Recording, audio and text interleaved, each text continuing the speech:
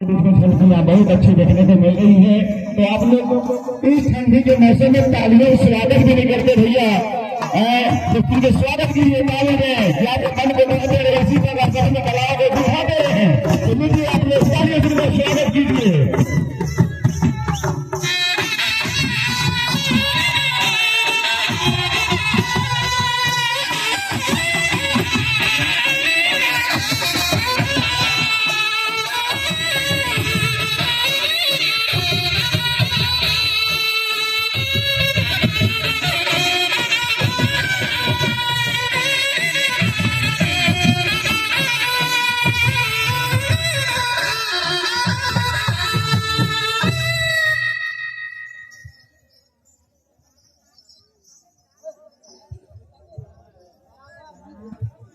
आज बड़ी सौभाग्य की बात है, ग्राम गणेशपुर में कर्मा प्रतियोगिता रखा गया है। इसमें उपस्थित मंच पर उपस्थित विराजमान निराज मंडल, आयोजक समिति, पूरे गांव के लोग बैठ जाए। अगर आपने उदंडता भरी इसी प्रकार से रहेगी तो मैं आपको यहाँ से वॉलंटियर भेजकर किनारे करवाऊंगा। अतः आपसे निवेदन है, करबद्ध प्रार्थना है कि आप लोग न सकें, कृपया पीछे बैठ जाए। पीछे पब्लिक बैठी हुई है, इन्हें भी देखने दें। आप लोग मानवता का प्रतीक देते हुए आइए, कृपया किनारे होने कष्ट करें। आइए, कर्मा गान वादन सागर प्रस्तुत है।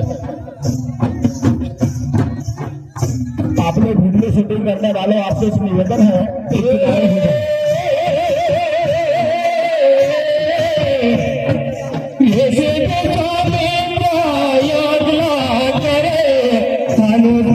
लेके भगूरत खड़े खड़े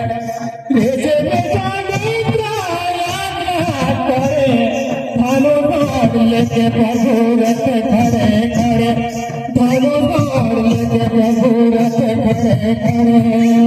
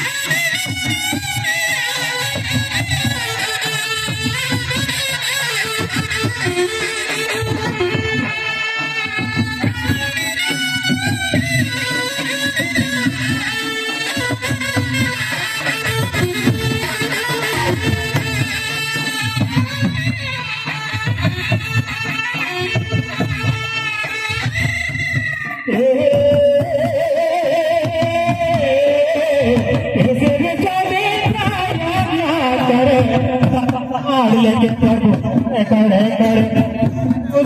लेके खड़े खड़े।